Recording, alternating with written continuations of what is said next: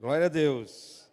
A igreja precisa de homens que sejam saudáveis, homens que sejam transparentes, homens que sejam modelos, homens que tomem a iniciativa, que entrem na frente, como Jacó, que quando foi enfrentar Esaú, seu irmão, ele se colocou na frente da família para proteger. Homens que saiam da passividade e tomem a sua postura, tomem a sua posição de sacerdote. Hoje, nós estamos diante de uma juventude de rapazes que se esforçam por causa da falta de modelo. Jovens rapazes que estão se esforçando para ser homem de verdade, que nem a mamãe, porque não tem um modelo de homem sério. E hoje nós vamos mudar essa história, amém? Porque nós vamos tomar a nossa postura, nosso lugar, nosso sacerdócio, e não vamos deixar cair, amém? Por isso, nessa manhã, nós trouxemos aqui alguns homens para a gente bater um papo.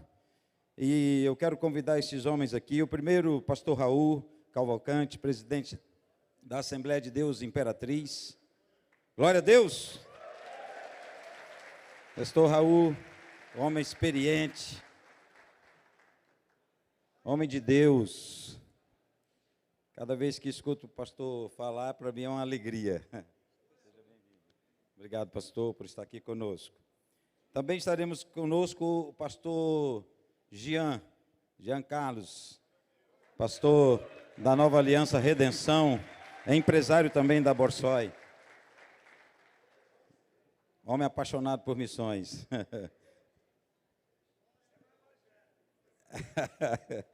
E também teremos conosco o Marcos André, amém? Empresário, homem de Deus, Agromáquinas, a sua empresa. E esses homens estarão conosco essa manhã, e nós vamos ter um bate-papo com eles. Nesse bate-papo nós queremos levar você a ter um modelo, né? Uma experiência tirada da vida desses homens, da opinião deles. Por isso, as perguntas que nós vamos fazer para eles, nós vamos ouvir a opinião dos três, amém? Assim você vai ter três perspectivas diferentes. O que nós queremos nessa manhã é falar um pouco sobre o nosso tema. Sem esforço não há conquista, amém? Se você quer subir as montanhas, você não pode evitar o esforço da subida, né? Quem quer alcançar as alturas tem que se esforçar. Então nós vamos debater sobre isso com eles. Sabemos que na luta, no esforço, não tem como não ter cicatrizes. Ok. Obrigado, irmão. Nessa luta, nós vamos ter marcas. Todo guerreiro tem que ter marcas, amém? Davi não foi para aquela batalha com Golias sem uma cicatriz do urso e do leão, né? Com certeza, ele tinha cicatrizes, né? E na nossa batalha como homens, nós vamos enfrentar isso. O nosso objetivo é deixar de ser menino e ser homem. Amém? Menino dá desculpa, o homem assume a responsabilidade. Menino sempre tem um argumento, sempre tem uma justificativa, mas homens assumem a sua responsabilidade, inclusive os seus erros, para procurar melhorar. Amém? Então, nesse esforço, nessa conquista, nós temos que saber também, se não há conquista sem esforço, também não há esforço sem vontade. Se você não tomar a decisão de se esforçar. Por isso nós vamos ouvir esses homens, e a primeira pergunta que eu quero fazer para eles, para o pastor Raul, pastor Jean e para o Marcos André. Aqui, tem mais um microfone aqui, pessoal do apoio aí? Tem? Ok. Está chegando, né?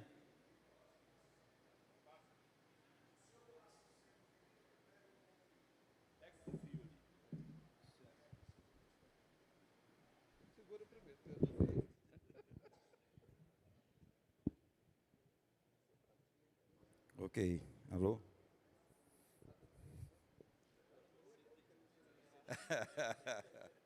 Glória a Deus. A primeira pergunta, pastor Raul, A que o senhor atribui essa crise de falta de hombridade? Até quero ver se os meninos têm aí a definição de hombridade. A que o senhor atribui essa crise de falta de hombridade, nobreza e caráter nos homens de hoje, de uma maneira geral?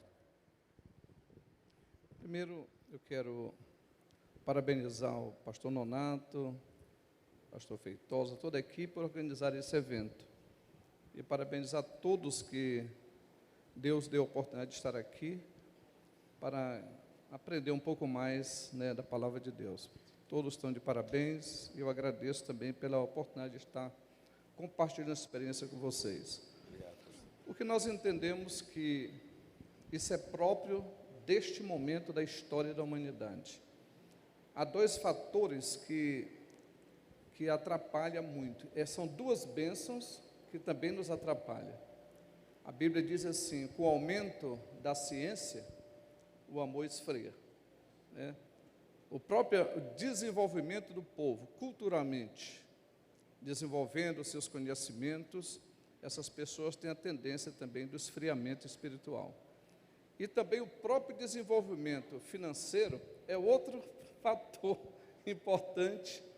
É só você olhar todas as nações do mundo que desenvolveram intelectualmente e financeiramente, elas esfriaram, afastaram-se de Deus, e quando se afasta de Deus, então as pessoas não têm mais o caráter, não têm mais tudo aquilo que é pregado pela própria palavra de Deus, porque a natureza de Deus em nós, quando você se afasta de Deus, então, logicamente, nós pegamos a natureza do mundo. Aí vem falta de tudo, né?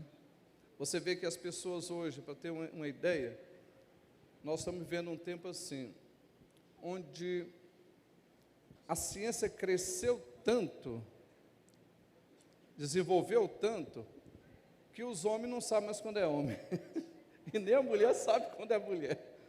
Um dia desse eu estava numa equipe de médicos, e numa reunião eu falei o seguinte: antigamente, hoje os médicos com pós-doutorado, e as parteiras de outrora, que não tinha nem o primeiro grau, quando nascia uma criança, esse aqui é macho. Hoje, com todo esse desenvolvimento, a ciência diz assim: vamos esperar saber o que ele vai se definir. Então, é próprio desse momento. Bom dia, povo de Deus. Eu quero começar perdoando o Joanes, porque o Joanes botou essa academia aqui, está sendo difícil para mim. Então, falar com o Joanes que eu perdoo ele.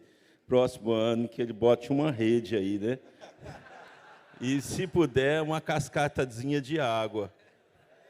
Amém? Mas glória a Deus poder estar aqui com vocês e do lado, né, de homens tão, né, que tem marcado a história de Imperatriz, como o pastor Raul e do meu amigo Marcos aqui, que nós conhecemos desde o tempo dos motocross lá em Açailândia. Corríamos, andávamos de motocross junto, né? Quase que eu corrompi ele, mas a oração dele foi mais forte, ele me levou para Jesus. Amém. Glória a Deus. Irmãos, eu gostei muito da palavra do pastor Raul, numa visão espiritual. Eu gostaria de trazer isso para uma visão, hoje é dia das crianças, eu gostaria de trazer isso para uma visão familiar, né? A família foi deteriorando, né, com esse aumento do amor pelo mundo, pela iniquidade. A gente não cria filho hoje para ser homem, nós criamos filho hoje para ser feliz. E para ser feliz, você pode escolher o sexo, para ser feliz, você pode escolher a religião. Então, o problema que eu vejo, né, nessa falta de hombridade é resgatar os valores da base da sociedade, que, como ele diz, primeiro Deus, e vem a família como, né, um alicerçador. Né? Eu creio que se eu perguntar, o Marcos eu conheço, mas você vai ver na Bíblia, no Velho Testamento, o rei seguiu os caminhos do Senhor, aí diz lá, mas a sua mãe era judia, ela procurava o Senhor, e aquele rei fazia a vontade de Deus. Eu sei que na vida do Marcos foi assim, da minha também, eu não sei do pastor Raul, mas minha mãe era uma mulher de Deus, e colocou a palavra de Deus, que meu pai não era crente, que é o mesmo caso do Marcos. Então, assim, mas nós podemos mudar, né? Talvez a gente não consiga mudar essa sociedade totalmente, mas nós podemos mudar a geração daqui 5, 10 anos. Trazendo valores, nós não vamos criar filhos para ser feliz, para ser realizado, mas vamos criar para ser homem, ao ponto, se precisar, né, de entregar suas vidas por amor a Deus e por suas gerações depois. Vocês, nós, somos a geração do Brasil que vai mudar a história dessa nação. Graça e paz, irmãos, a todos. Quero agradecer o pastor Feitosa, o pastor Zé Luiz pelo convite. Sei que tem gente bem mais qualificada do que eu para estar aqui, principalmente fazendo párea para esses dois homens extremamente qualificados aqui. Mas vamos lá. Espero que Deus lhe perdoe, viu, pastor Zé Luiz, pela insensatez de me convidar. Mas, irmãos, pastor Zé Luiz, o pastor Raul fez uma abordagem espiritual, o pastor Jean uma familiar, e eu quero fazer uma empresarial. O mercado não crê que ter caráter é uma moeda forte, é uma moeda de troca importante na hora de você galgar um posto de trabalho. Simplesmente o mercado acha que você pode ser um excelente profissional e dar seus desvios de vez em quando de caráter, contanto que você traga lucro para a empresa. Eu disse isso porque eu conversei com um empresário muito influente nessa cidade e eu falei para ele: você tem um funcionário que está lhe roubando. Ele falou: eu sei. E você não vai demitir? Não. Por quê? Porque ele me é lucrativo. Então, o próprio mercado, ele admite esse tipo de comportamento. Mas isso está mudando. Aleluia. Outro ponto que eu acho assim importantíssimo, os nossos exemplos, irmãos. É só você verificar quem são os presos da Lava Jato. Todos homens, empresários, políticos, acima de 60 anos, ricos, avós, e esses homens são o exemplo da classe empresarial e política que nós temos no país. Então, eu louvo a Deus por essa revolução, é uma revolução de caráter que está existindo nessa nação. E para a honra e glória do nome do Senhor, Deus levantou pessoas estratégicas, homens de Deus, homens santos, para fazer uma devassa e dizer que ter caráter vale a pena. Amém.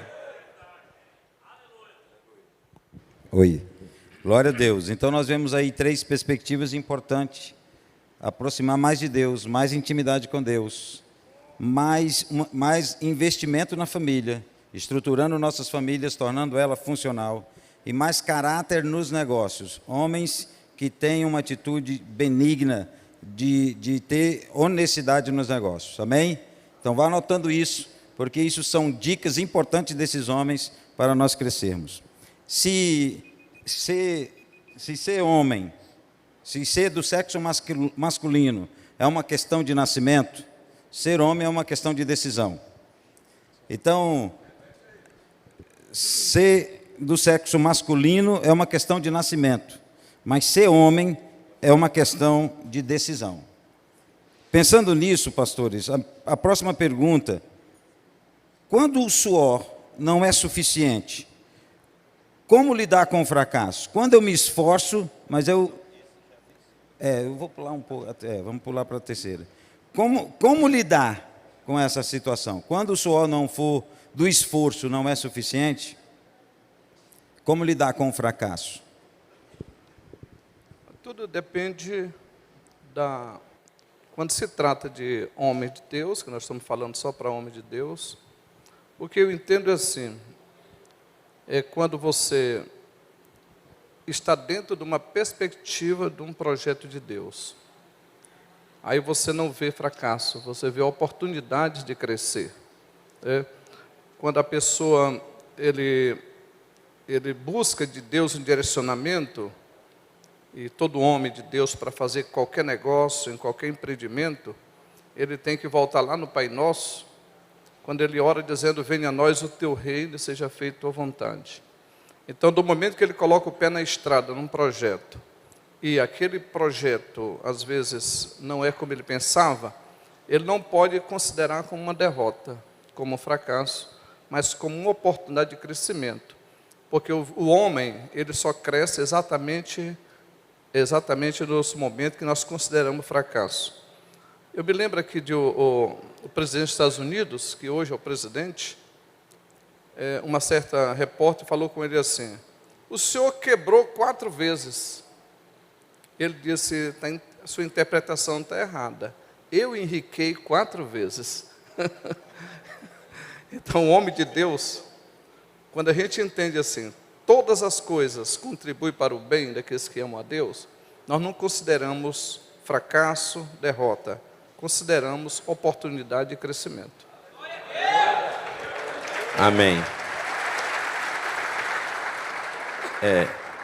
Aleluia. Eu também tinha pensado, tenho vivido nessa mesma visão do pastor Raul.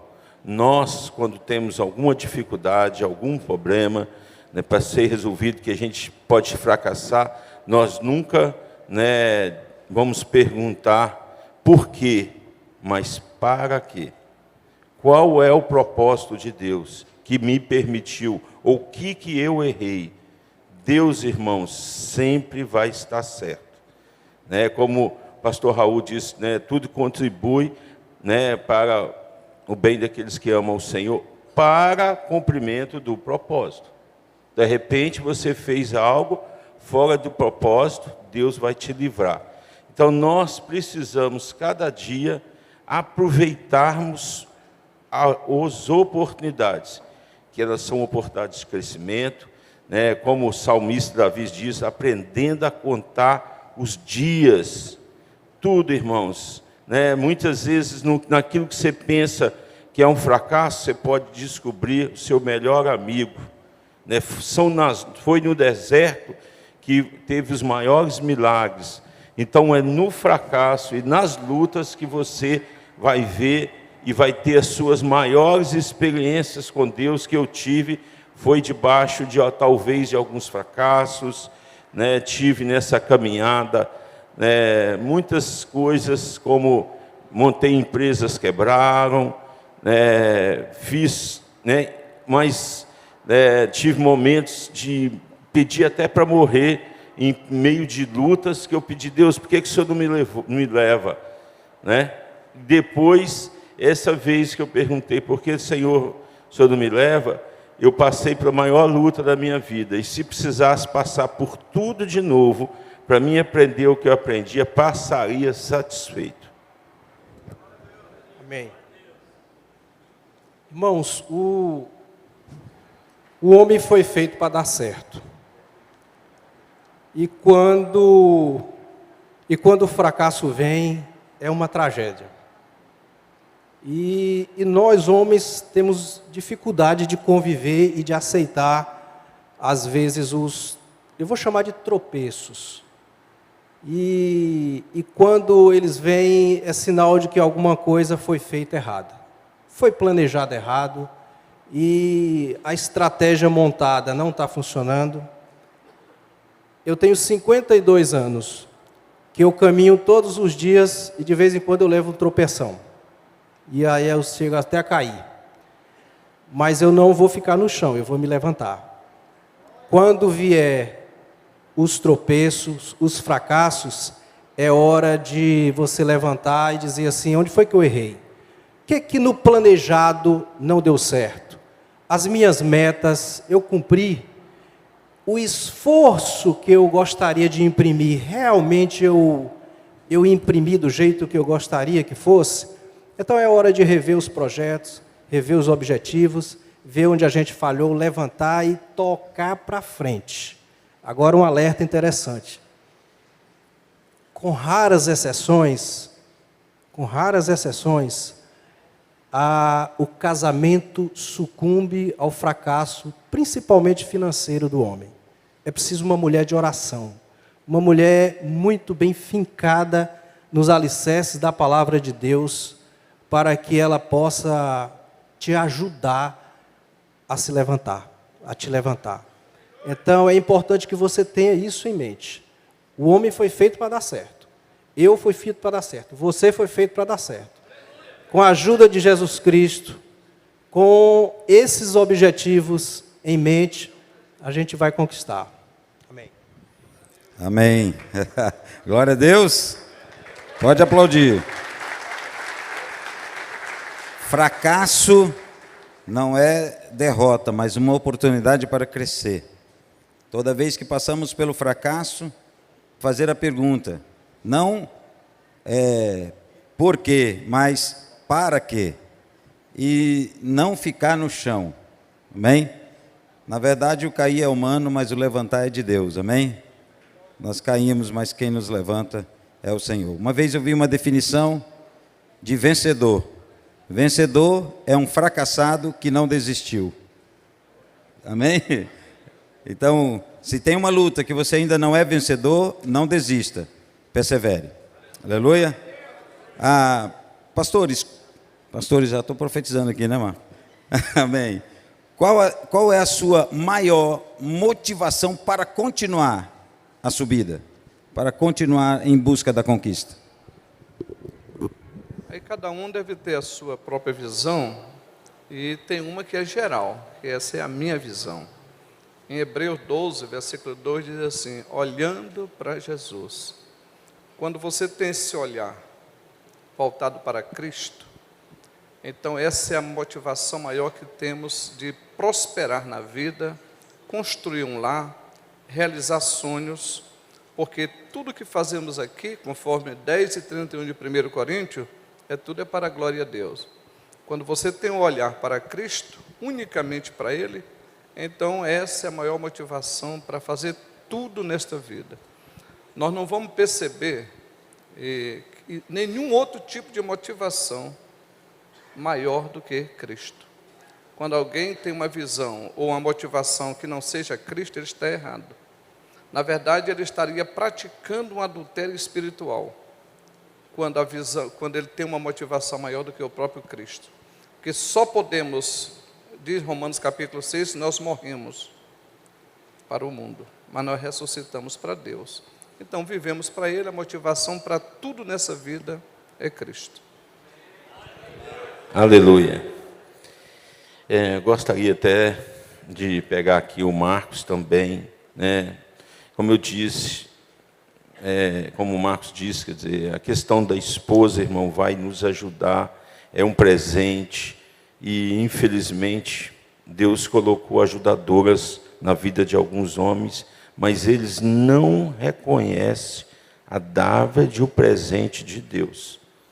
E isso tem deixado muitos homens sem cumprir os seus propósitos, porque não reconhece o presente que Deus colocou do lado dele e valoriza esse presente e ouve esse presente, que é a profeta da sua vida, que vai te ajudar em todas as coisas. E eu gostaria, continuar com o pastor Raul sobre essa outra pergunta. Irmãos, a adoração é o motivo de nós estarmos todo o tempo fazendo, vivendo, seja na empresa, seja na família, seja na igreja. A adoração, nós podemos fazer ela através do louvor, mas a adoração verdadeira é quando você faz todas as coisas para glorificar o Senhor.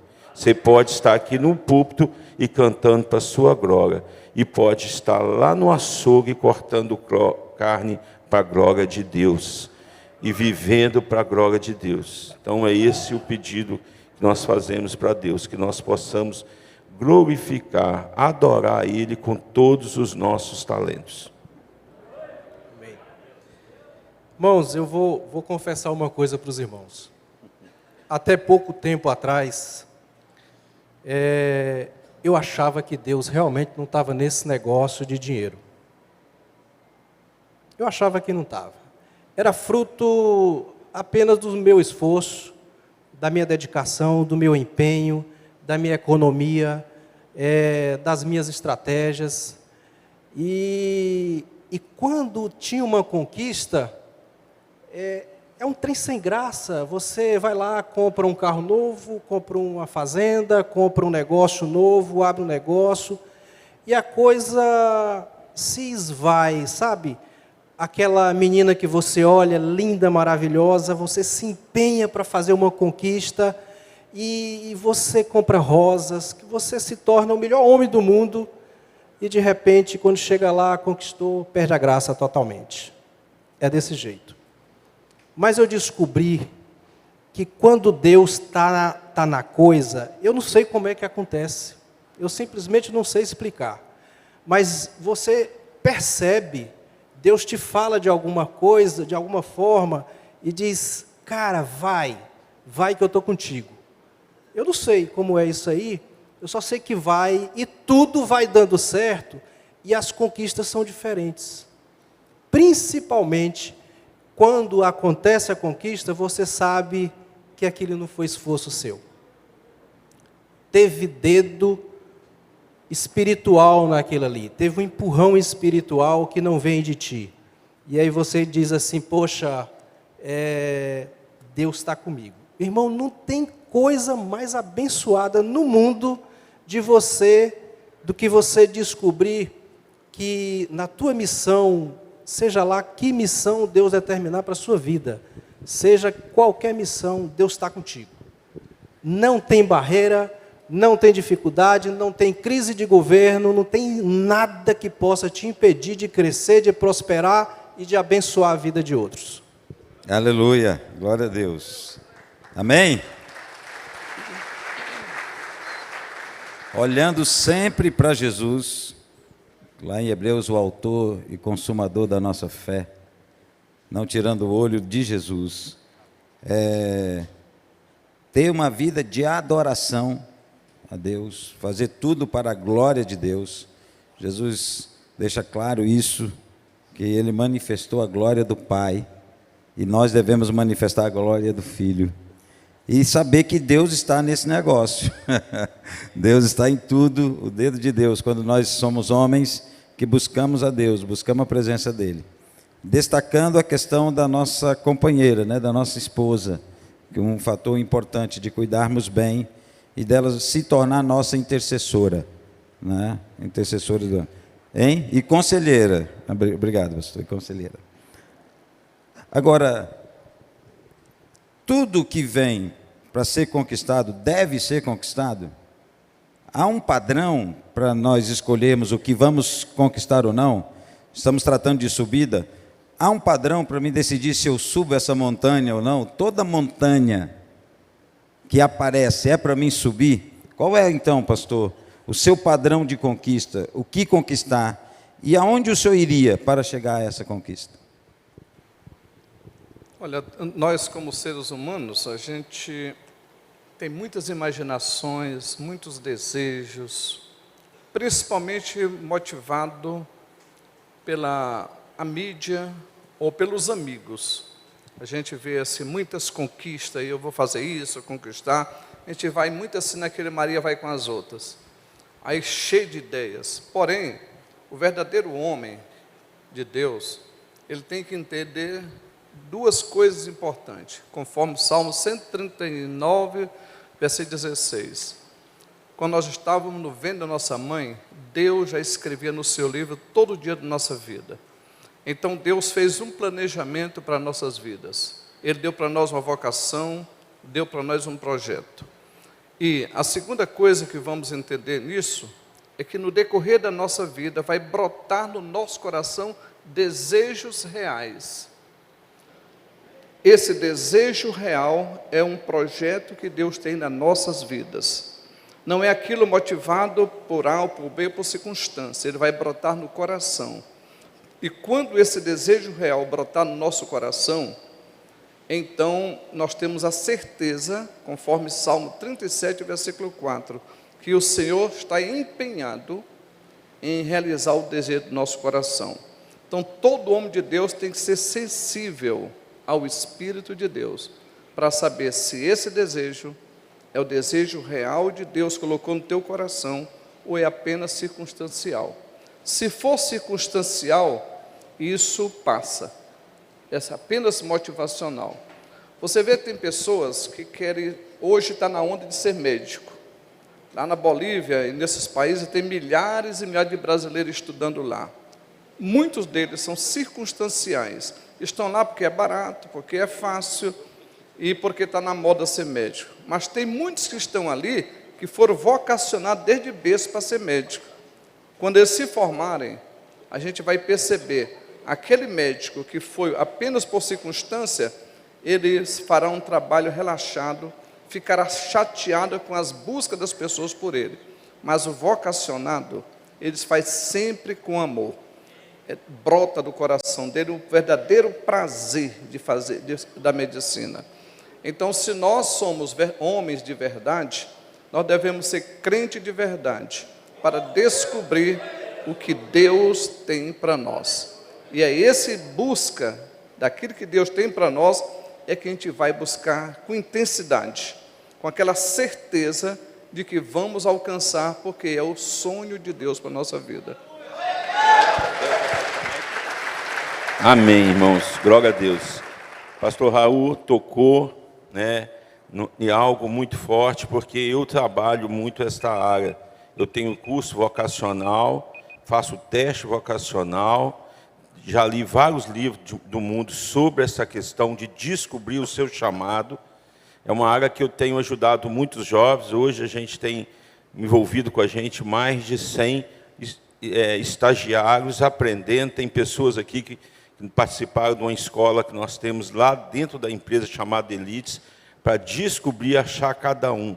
Depois de conhecer a Cristo, a principal coisa é descobrir o seu chamado aqui na terra. Cada um tem chamados específicos.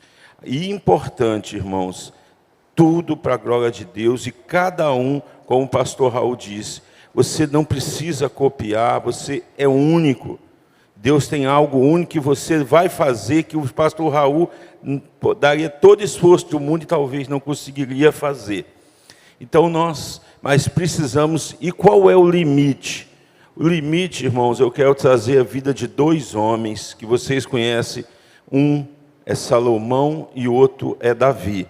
Davi terminou a sua vida dizendo: Senhor, eu quero construir mais um templo, eu quero fazer mais isso, altamente satisfeito por todas as conquistas que ele tinha feito.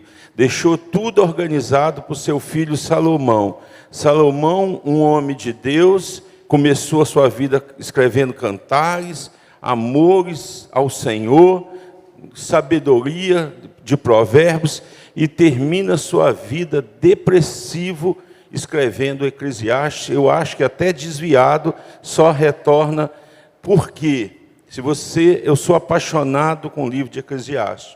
Se você lê o livro de Eclesiastes, por muito tempo, como Marcos disse, quando eu me converti, Deus me chamou para ser pastor, negócio de lá, o sábio, o homem mais sábio do mundo, ele dizia que quantos mais funcionários tinha, mais dor de cabeça ele tinha, quanto mais empresas, mais coisas, só problema. Quanto mais dinheiro, só problema. Quanto mais sabedoria ele tive, só problema.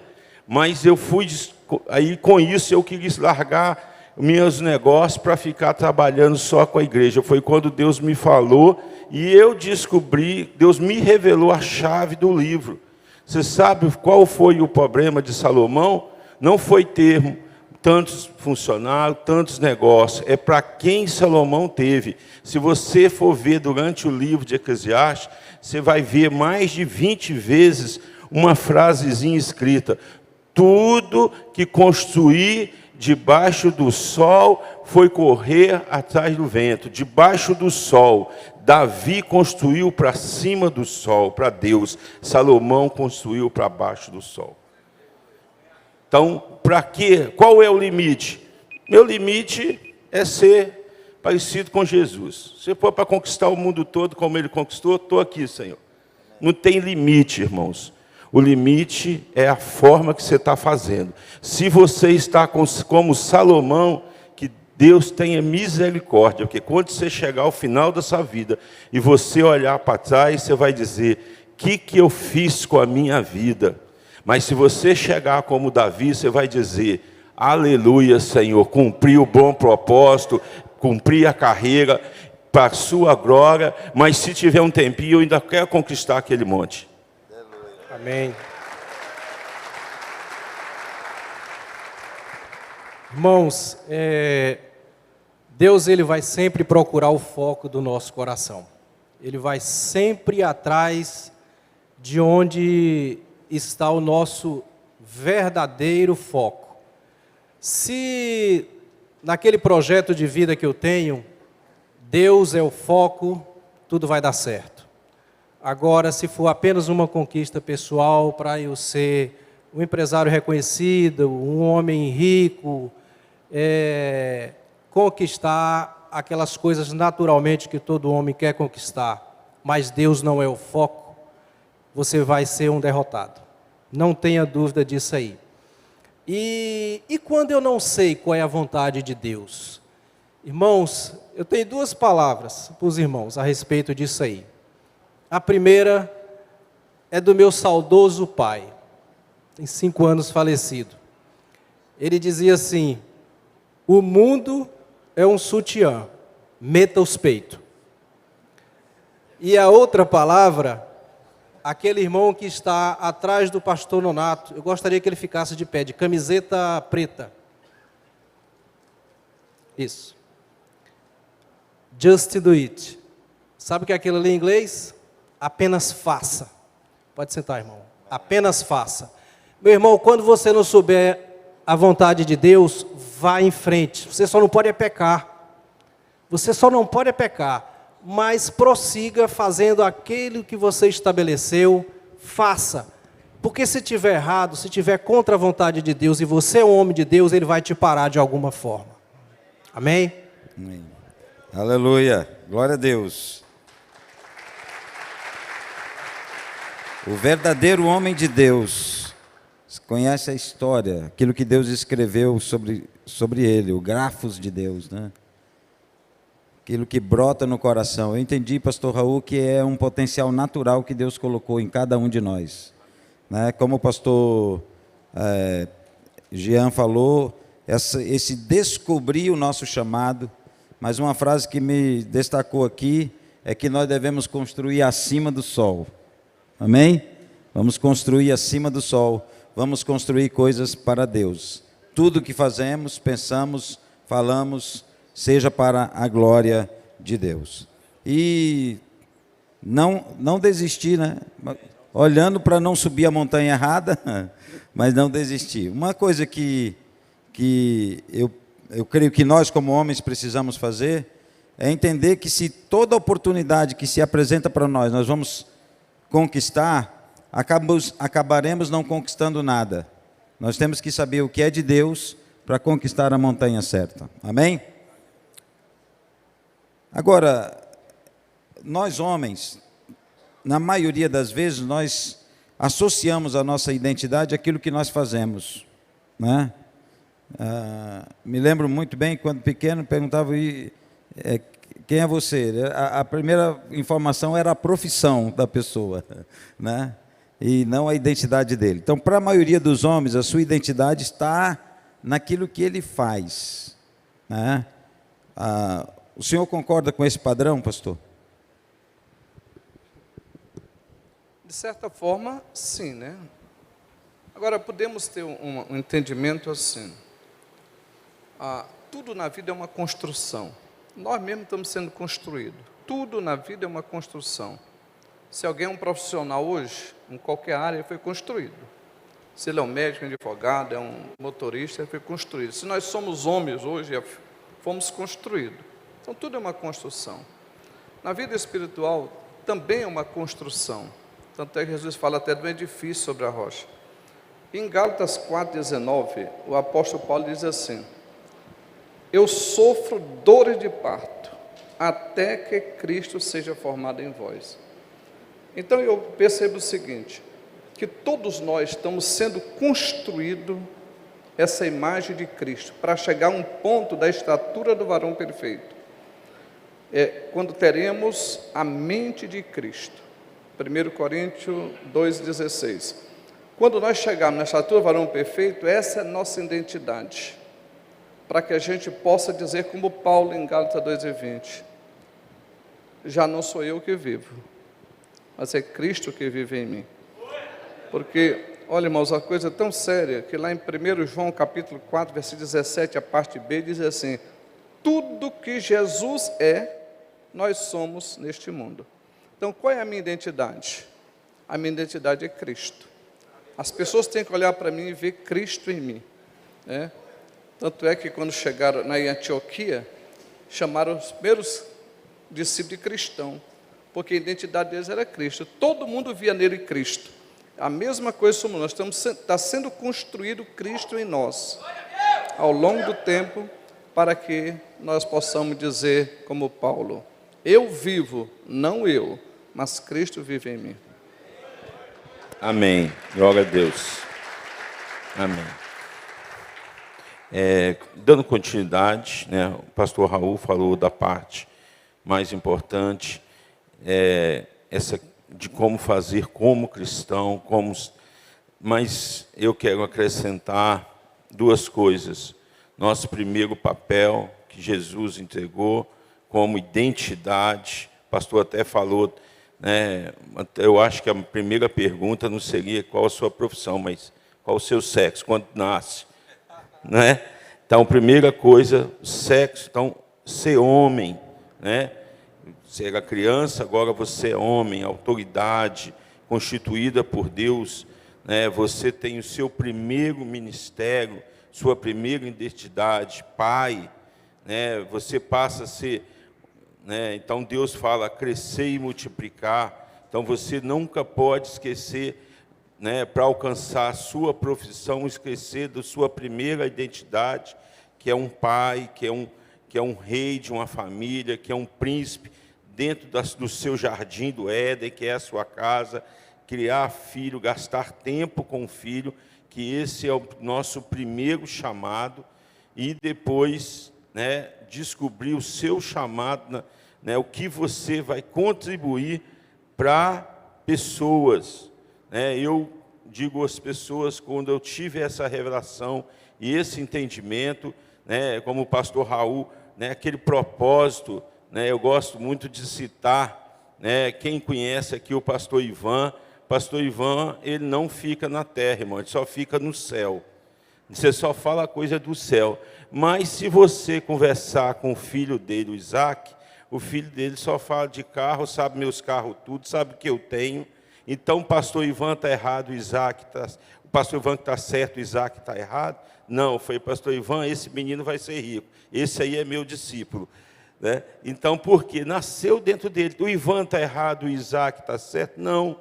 Essa é a vocação do Isaac e essa é a vocação do Ivan. Agora, fazermos para a glória de Deus, sem esquecer da família. E como que nós vamos fazer para a glória de Deus? Eu explico para as pessoas, né, o Marcos sabe disso, que ele também é empresário. Nos primeiros, eu tive 15 anos de empresário não cristão e 15 anos de empresário cristão. Qual é a diferença? Eu, nos primeiros 15 anos, eu usava as pessoas para ganhar dinheiro. E nos segundos 15 anos, agora, como empresário cristão, quando eu fui convertendo, eu uso o dinheiro para ganhar pessoas. Então, usar os seus talentos para gerar riquezas eternas, que a única coisa, irmãos, que vão subir são pessoas. Então, gere filhos espirituais e ajuda a mudar esta geração. Amém.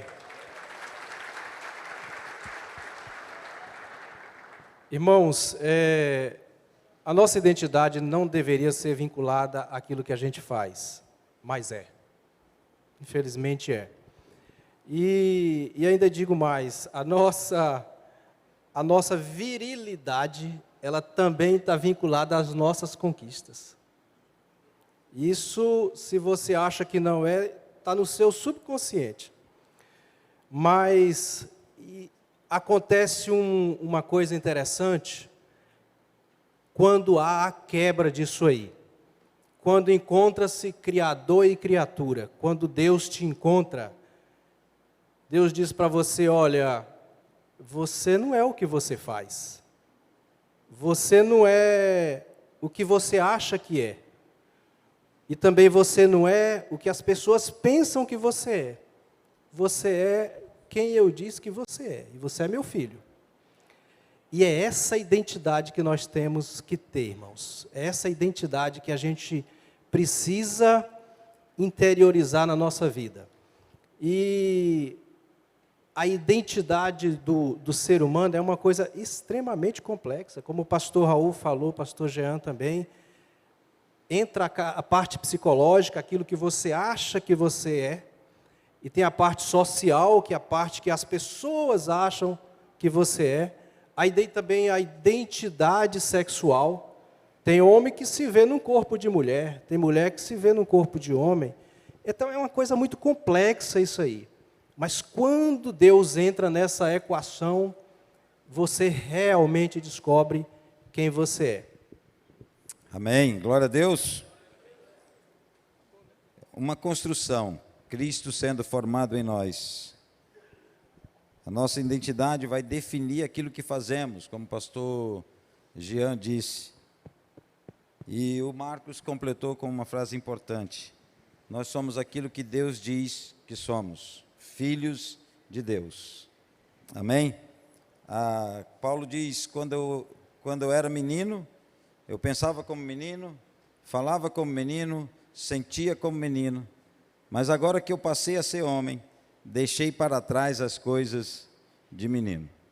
Somos homens de verdade. Não são filhos imaturos, mas filhos maduros para a glória de Deus.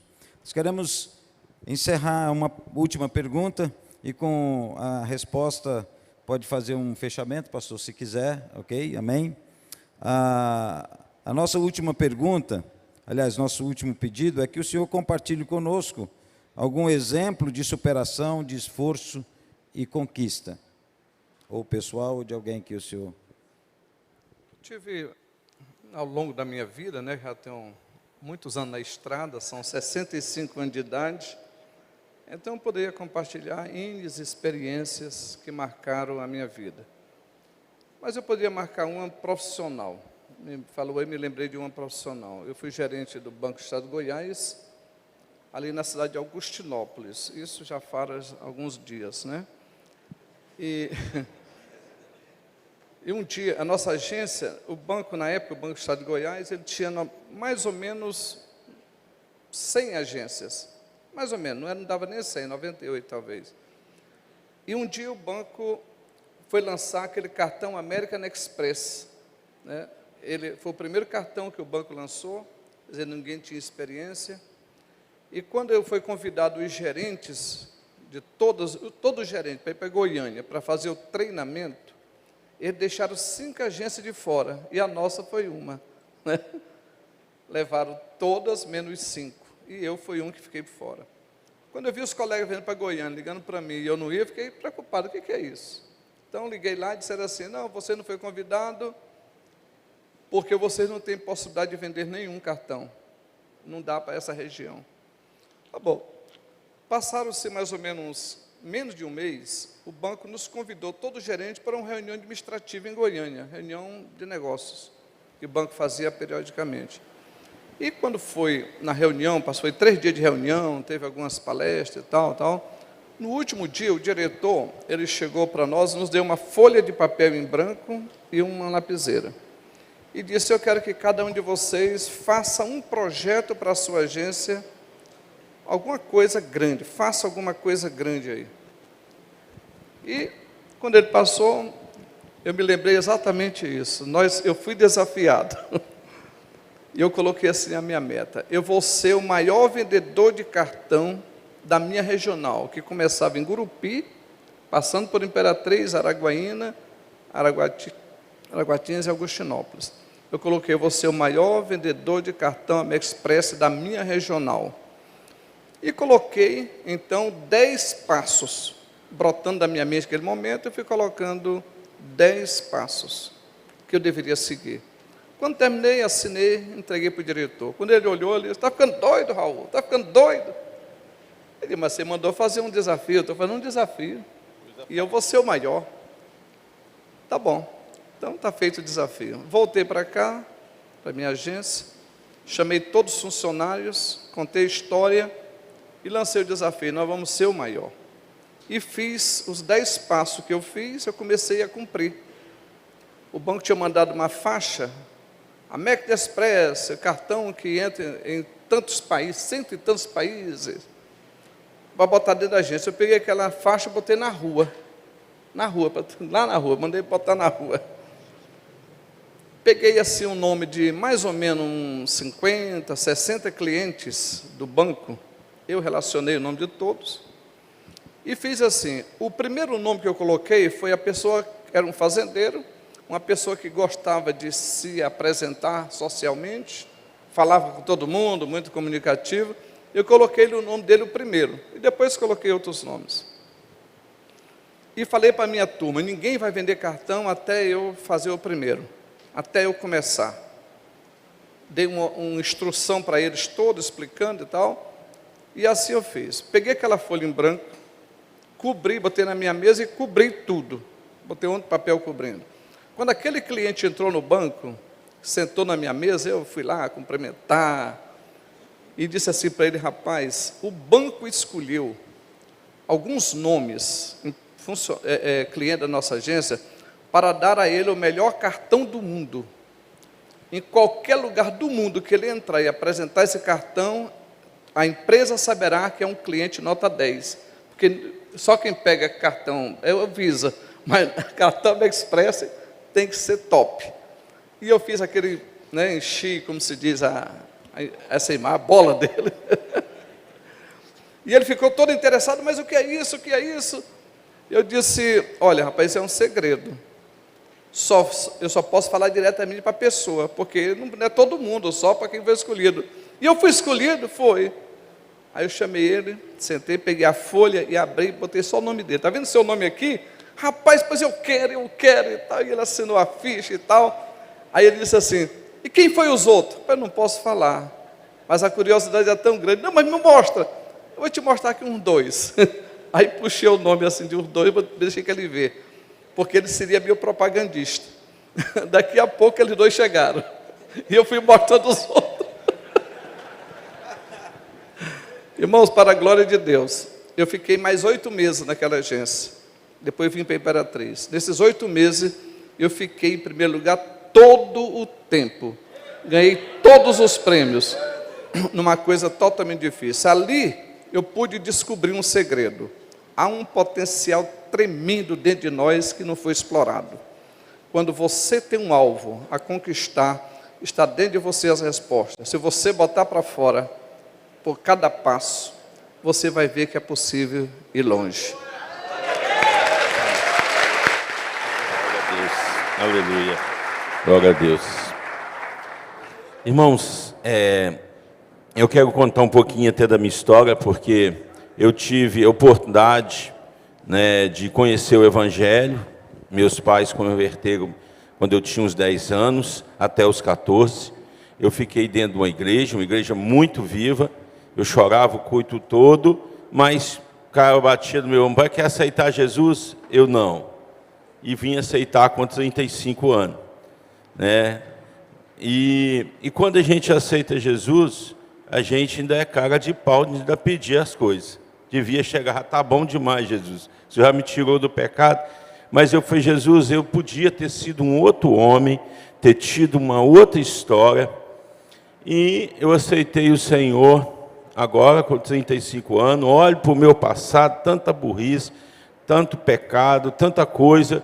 Eu podia ter me tornado talvez um missionário, algo assim, E eu falei: Deus, mas eu queria que o Senhor me ajudasse a remir o tempo, que o Senhor me ajudasse a eu conquistar tudo aquilo, que eu poderia ter conquistado em te conhecer.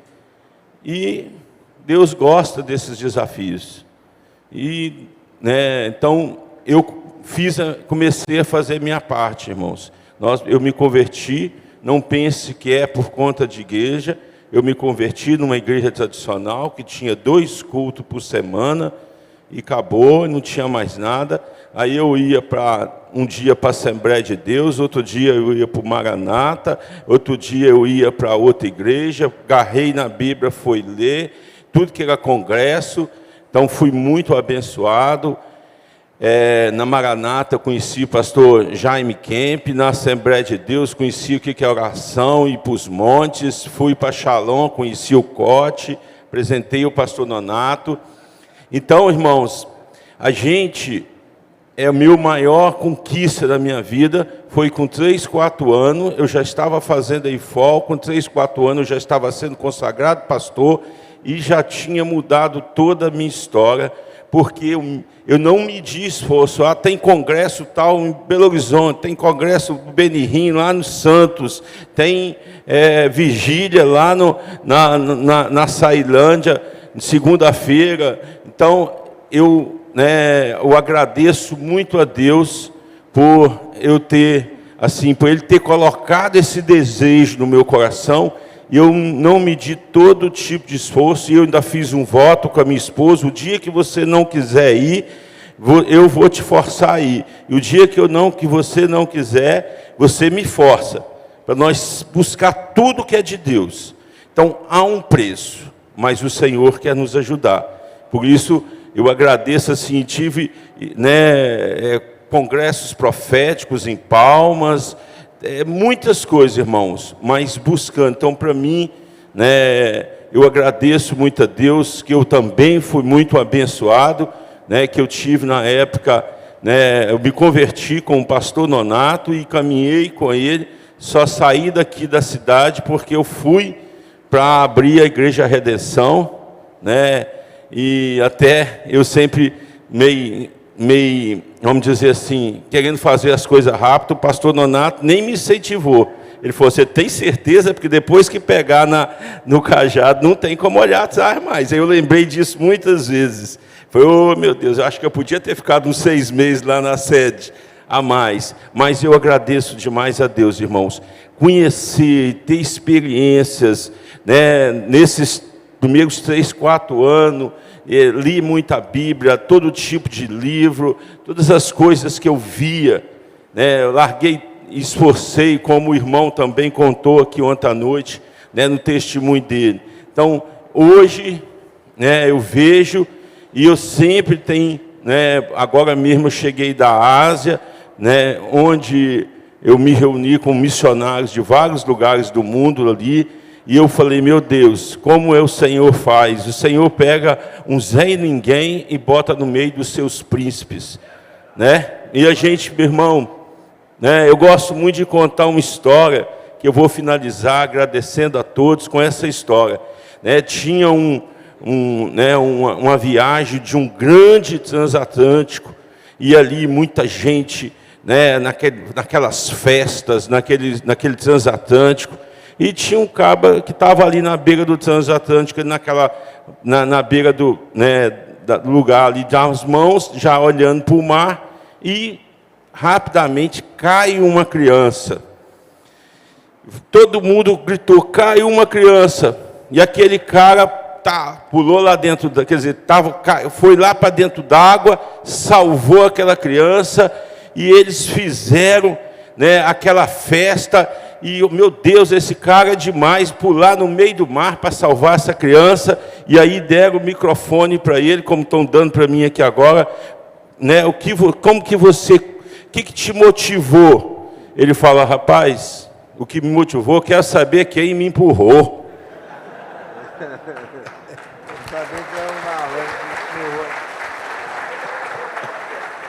Irmãos, é muito bom ouvir esses homens aqui. Irmãos, eu nasci para ser empresário. Eu tinha muito medo de Deus me chamar para ser pastor. Ainda dá tempo.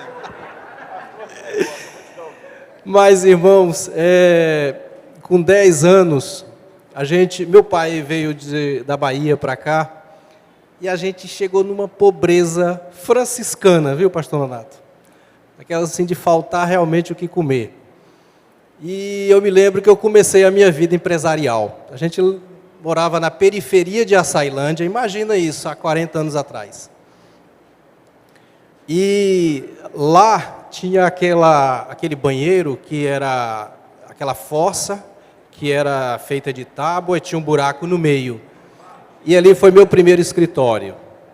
Eu botava uma tábua em cima do buraco, que o mau cheiro era grande, e ali eu fazia pipa para vender.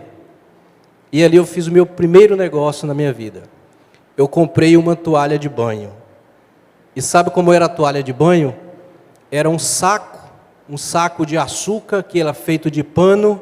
Acho que vocês não sabem disso, mas naquela época o açúcar vinha em saco de pano. E eu me lembro que a minha mãe abriu no meio e fazia aquela toalha. E essa foi a minha primeira toalha de banho. Eu não sei qual é a marca do carro que eu tinha há 5 anos atrás, mas eu lembro daquela toalha de banho.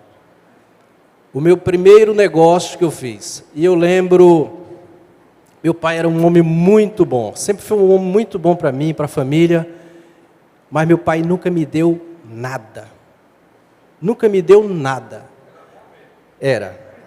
E então, a minha primeira bicicleta, eu comprei um quadro usado, era verde. Eu comprei as 2 rodas, eu comprei o pneu, eu comprei o guidão, eu comprei o cilim e pintei de azul.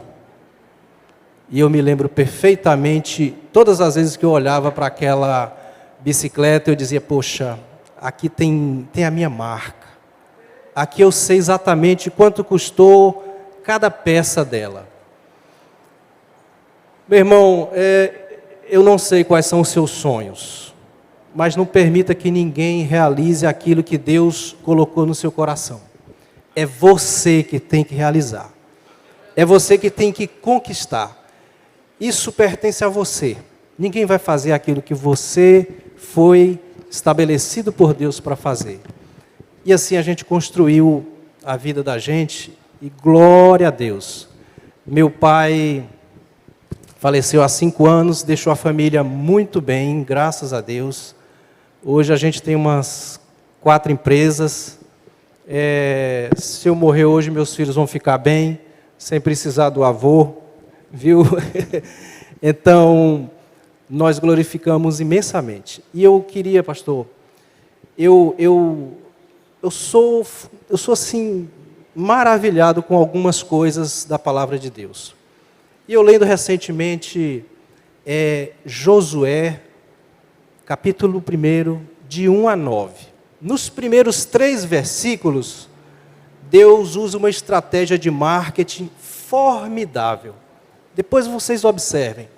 Deus diz assim, Josué, meu servo é morto e agora a coisa é contigo. Sabe aquela promessa que eu fiz para Moisés? Eu faço ela para você também. Aí diz, eu vou te dar as terras desde do rio Eufrates até o deserto do Líbano, da terra dos heteus até o mar Mediterrâneo. O que Deus fez ali? Ele criou o desejo no coração do povo.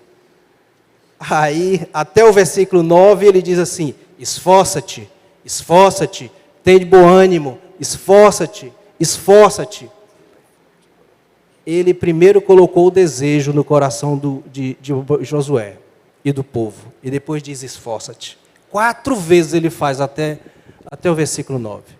Irmãos, tem coisas que só dependem da gente. Outras coisas dependem de Deus. Mas tem coisas que dependem da gente. Amém? Aleluia! Pastor, pode deixar um agradecimento? Sim. Eu queria agradecer, muitas coisas do meu sucesso, como eu disse. Eu agradeço a minha mãe, e agradeço também o meu irmão mais velho, que está aqui. Serviu como meu pai, para mim estar onde eu estou hoje.